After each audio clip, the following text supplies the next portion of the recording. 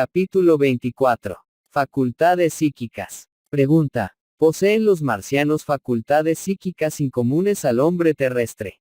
Ramatiz. Todos disponen de las facultades proporcionadas por la telepatía y por la psicometría.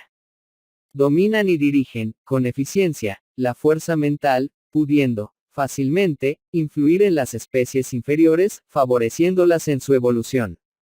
Poseen, también, los poderes de la radiestesia, como atributo innato. Pregunta. ¿Pueden ejercer dominio sobre las otras mentes, mediante la telepatía? Ramatiz. En Marte, ese dominio o influencia solo es ejercido en ciertos casos como un recurso, en el sentido de facilitar la asimilación de las ideas. De la misma forma que en vuestros diálogos y discusiones verbales, a veces una de las partes, para hacerse comprender mejor, recurre a ejemplos objetivos, también en situaciones idénticas, los marcianos utilizan esa facultad. Pero solamente cuando el oyente permite o insinúa ese auxilio, pues el uso compulsorio de la fuerza telepática solo es aplicado sobre los animales, a fin de ayudar a desenvolver su psiquismo instintivo o naciente. Hay casos excepcionales de urgente intercambio telepático entre los humanos, mas eso tiene lugar estando en juego cuestiones o problemas de interés general. Pregunta. ¿En qué consiste el uso de la telepatía sobre los animales?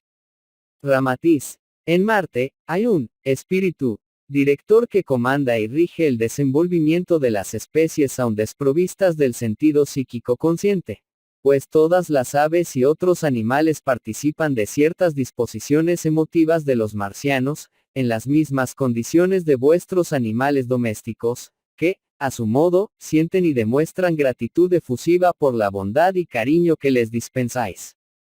Pregunta. ¿Cuáles son los casos de interés general, en que la facultad telepática posibilita resultados provechosos? Ramatiz. Cuando algunos hombres de ciencia se sienten exhaustos en las soluciones científicas o descubrimientos para el bien colectivo, y que la fatiga mental les impide proseguir en sus investigaciones o cálculos, es común que soliciten el auxilio dinámico, telepáticamente energético, de los demás cooperadores interesados en el mismo asunto. Se congregan, entonces, en un conjunto simpático. Dinamizan sus energías en fajas vibratorias afines y, colocándose en sintonía con la mente divina, hacen llamada en el sentido de acumular y transferir sus fuerzas de nutrición mental, al responsable del problema. Pregunta. ¿Esa transfusión de energías creadoras para auxiliar a los que tienen a su cargo problemas de responsabilidad, se ejerce únicamente en el campo científico? Ramatiz. Es dispensada a diversos sectores, ya sean artísticos, religiosos o intelectuales. El auxilio mental es suministrado directamente al elemento principal y responsable de la solución, mas debe ser donado por el grupo afín a su trabajo, pues el conocimiento y participación en el mismo problema en estudio, aumenta las energías mentales de aquel que está destinado a ejecutar esa tarea. En la esfera científica, la cooperación telepática debe ser ejercida por científicos preocupados con las mismas cuestiones. En el arte o en la devoción, el auxilio mental requiere un conjunto de artistas o devotos, más o menos integrados en el género del objetivo perseguido. Pregunta. ¿Por qué esa distinción de socorro mental?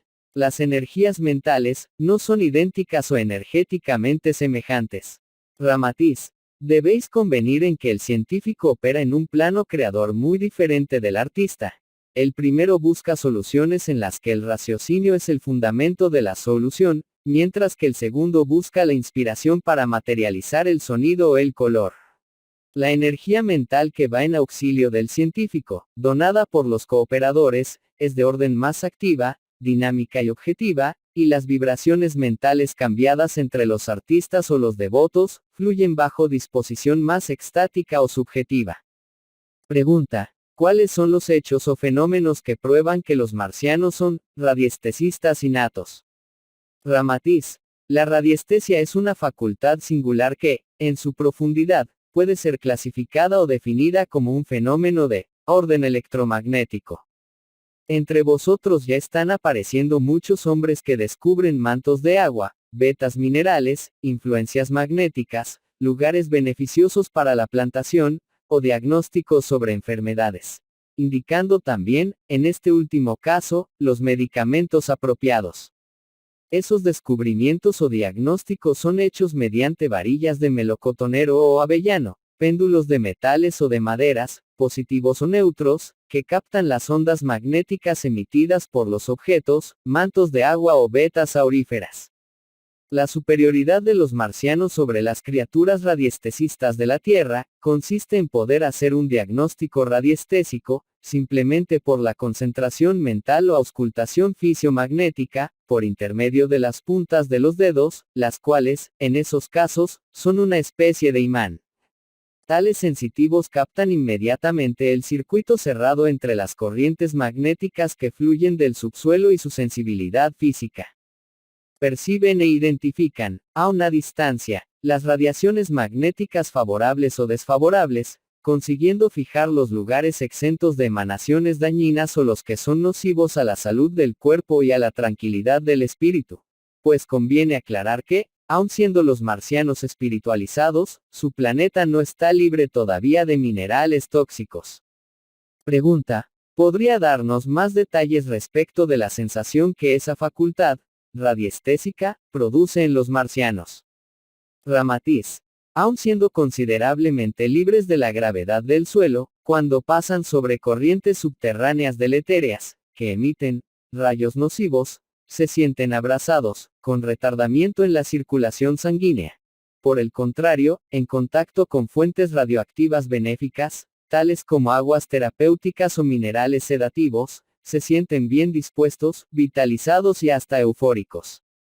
Pregunta: en virtud de esa sensibilidad acentuada, la vida de los marcianos también está sujeta a alternativas peligrosas o desagradables, debido a esas fuentes de radiaciones opresivas. Ramatiz: su hipersensibilidad ante el campo magnético de su orbe les crea, efectivamente, situaciones incómodas. Mas son pasajeras, porque su superior capacidad cerebral en el campo científico los defiende de tales contingencias. Debido, también, a que con sus trajes, vítreos y plásticos, en los cuales circulan energías neutralizantes, se defienden de esas emanaciones nocivas. Pregunta: ¿sus sentidos comunes son semejantes a los nuestros y funcionan con la misma precisión?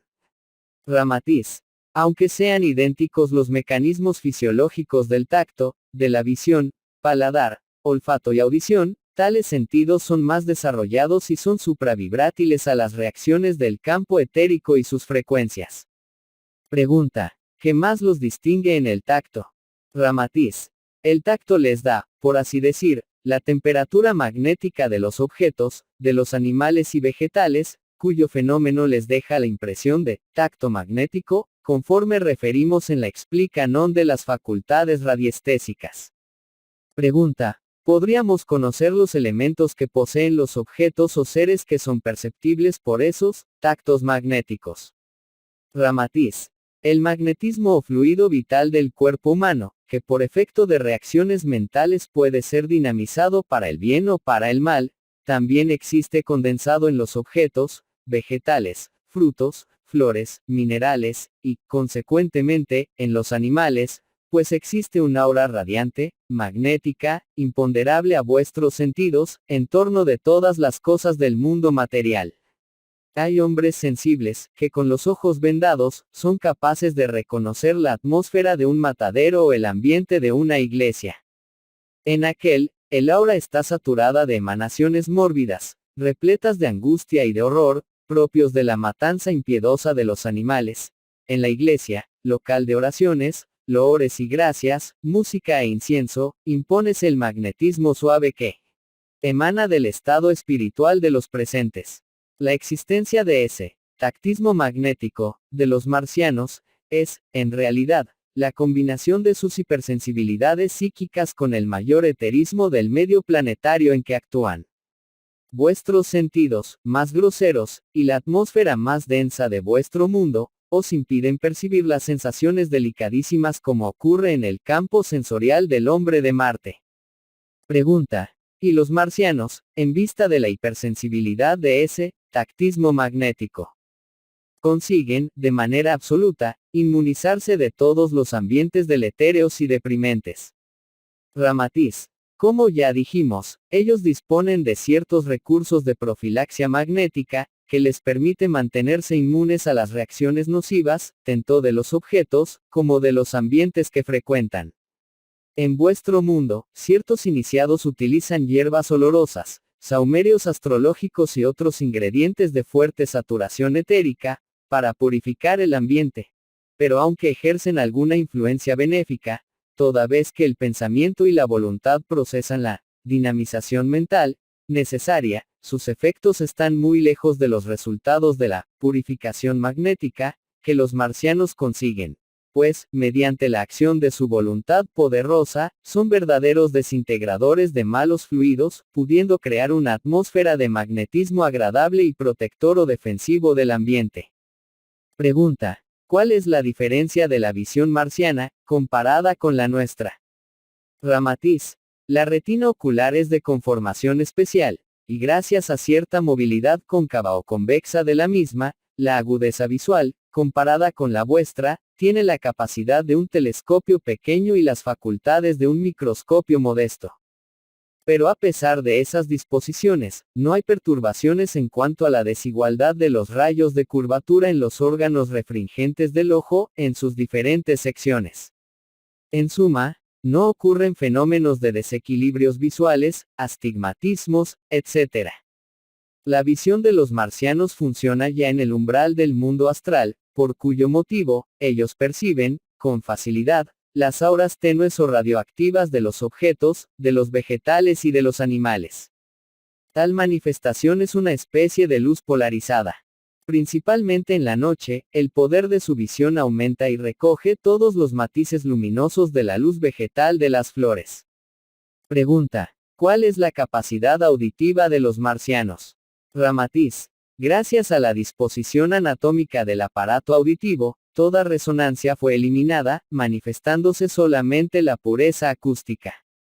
Los sonidos, vibrando con más limpidez en la atmósfera purificada del planeta, actúan en la profundidad de la red nerviosa y se hacen audibles con una nitidez y pureza inaccesibles a los terrícolas. La membrana del tímpano, de fibras más finas y elásticas que las del hombre terreno, funciona cual lámina finísima y de gran sensibilidad, transfiriendo los sonidos con su armonía original. Los huesos y las presiones internas, en los conductos auditivos, sometidos a hábil intervención anatómica de la ciencia marciana, se hacen hipersensibles a las propias vibraciones del campo astral, que son aún desconocidas del oído terráqueo. En fin, el oído marciano es un instrumento de mayor penetración en las zonas de magnetismo etérico, en el cual el hombre de la Tierra ingresará solo después de grandes esfuerzos iniciáticos en el dominio de la clariaudiencia.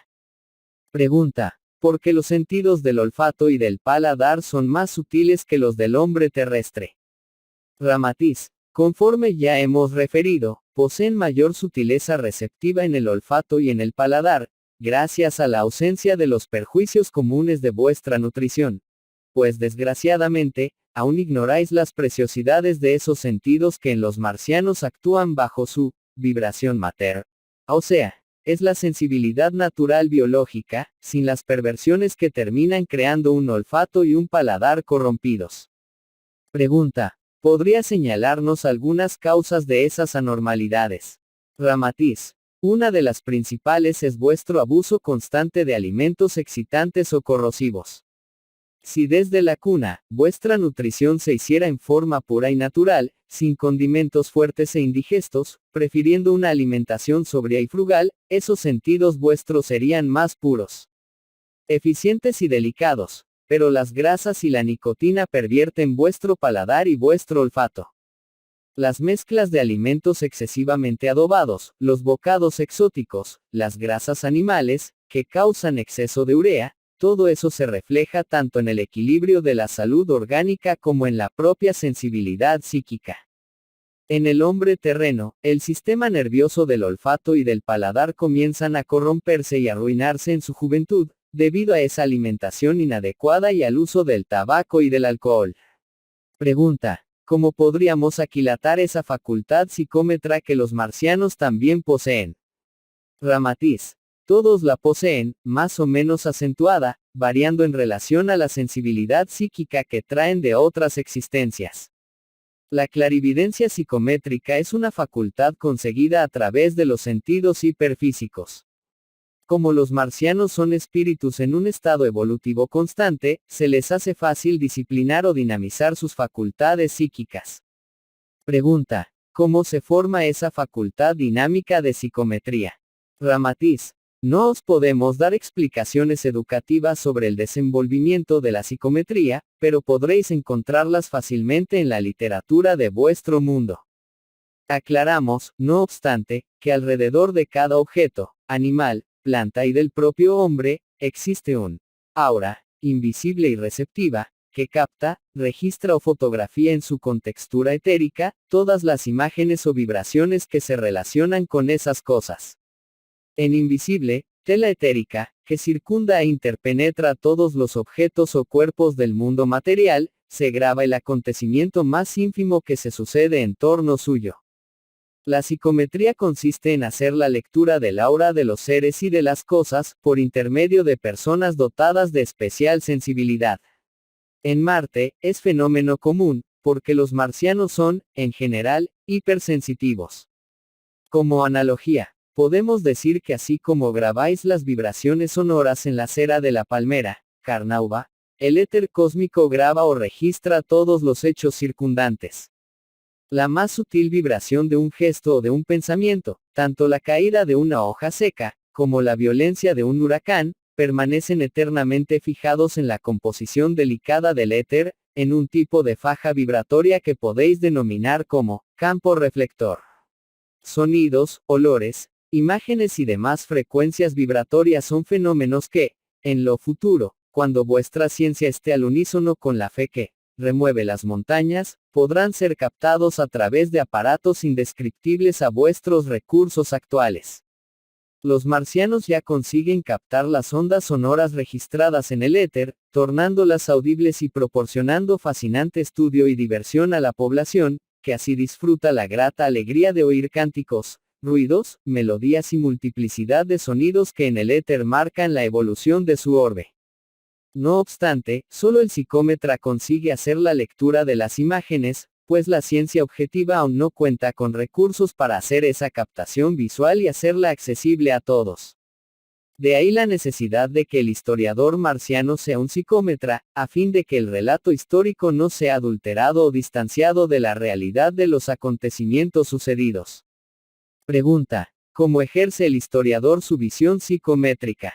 Ramatiz. Colocándose en armonía con las vibraciones psíquicas que existan en un objeto que haya permanecido en el seno de los acontecimientos que el psicómetra desea estudiar. Ese objeto, o cualquier fragmento del pasado, sirven de punto de apoyo para que el investigador psíquico entre en relación con los hechos que fueron, por así decir, vistos por el referido objeto. Pregunta: entonces, el fenómeno conocido por videncia, es el que permite esa lectura retrospectiva. Ramatiz. La videncia consigue únicamente la visión en el astral, mientras que la psicometría permite que se vea y sienta el envoltorio de vibraciones psicomagnéticas estereotipadas en el objeto. En realidad, es una facultad del alma, identificando los acontecimientos ocurridos en torno de las cosas del mundo material. Pregunta: ¿qué ejemplo terrenal podría darnos el hermano, que sea comparable a esa función del psicómetra marciano, que escribe la historia de Marte por la lectura de los objetos? Ramatiz. Lo que en Marte es un conjunto de cualidades comunes, muy favorables para el éxito de la psicometría, en vuestro mundo es una adquisición excepcional. Los principales elementos para el buen psicómetra, son los siguientes: habituarse a la meditación y dominar bastante las sensaciones personales, para tener buen control mental. Debe saber aislarse del mundo externo, físico, en una especie de autohipnotización, a fin de volverse un núcleo receptivo, un captador de vibraciones psíquicas. Es un suave estado de pasividad, de auscultación espiritual, que permite que las imágenes recibidas a través de su sensibilidad psíquica, le despierten los ajustes del raciocinio identificador. Comúnmente, antes de que el psicómetra vea imágenes, en la tela imponderable, su mente es invadida por ideas e imágenes que crean en él un estado mental de armonía necesaria a la perfecta receptividad de los acontecimientos que se van a manifestar.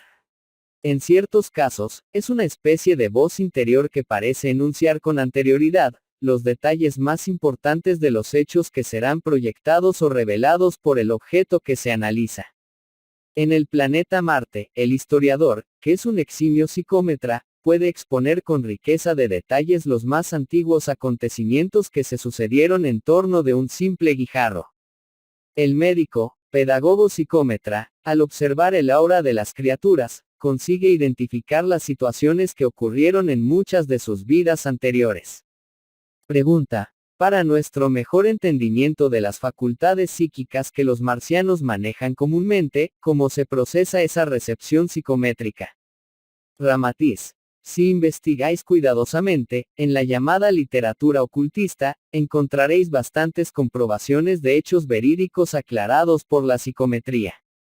Es suficiente un fragmento de papel, paño, metal o piedra que permaneció en el lugar en que se realizó una ceremonia pública, una batalla u otros hechos sin importancia, para que el psicómetra bien desarrollado relate los acontecimientos que presenció el objeto.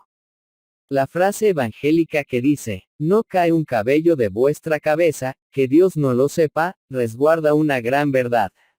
El psicómetra, concentrándose profundamente en el aura del objeto material, va poco a poco captando los efluvios psíquicos de la frecuencia vibratoria que lo envuelve. Y entonces, comienza a sentir, por su proyección en el cuerpo astral, la serie de imágenes que en orden decreciente le van señalando los hechos en orden inverso. Supongamos que un competente psicómetra, tomando un anillo o una joya que perteneció a un hidalgo de la corte de Luis XV, somete el espectro áurico de esa joya a un análisis de investigación vibratoria. De inmediato, él comienza a percibir todos los acontecimientos que se desarrollaron en torno del referido objeto o, para mejor definición, de todos los hechos a que el anillo asistió, desde el momento actual hasta el instante en que dicho hidalgo comenzó a usarlo. Por consiguiente, los acontecimientos surgirán en orden inverso, esto es, del presente hacia el pasado. Pregunta. En vista de que todos los objetos poseen la saturación psicomagnética irradiada o emitida por los hechos, a los cuales estuvieron ligados o en los que fueron presentes, será la intuición de ese fenómeno, el origen de la creencia admitida por muchos, entre nosotros, de que un determinado objeto da mala suerte o es fatídico, debido al hecho de haber pertenecido o haber sido usado por uno o más individuos cuya vida tuvo connotaciones sombrías de notoria y pública infelicidad. Ramatiz. Efectivamente, esa creencia tiene serio fundamento, pues no ignoráis que existen en vuestro mundo piedras preciosas y otras joyas famosas, a las que atribuís fabuloso valor mercantil y que han pertenecido a personas diversas, destacadas en la faena de vuestra vida mundana, y que están marcadas como fatídicas, porque, a través de los siglos, sus poseedores han sido víctimas de un destino trágico.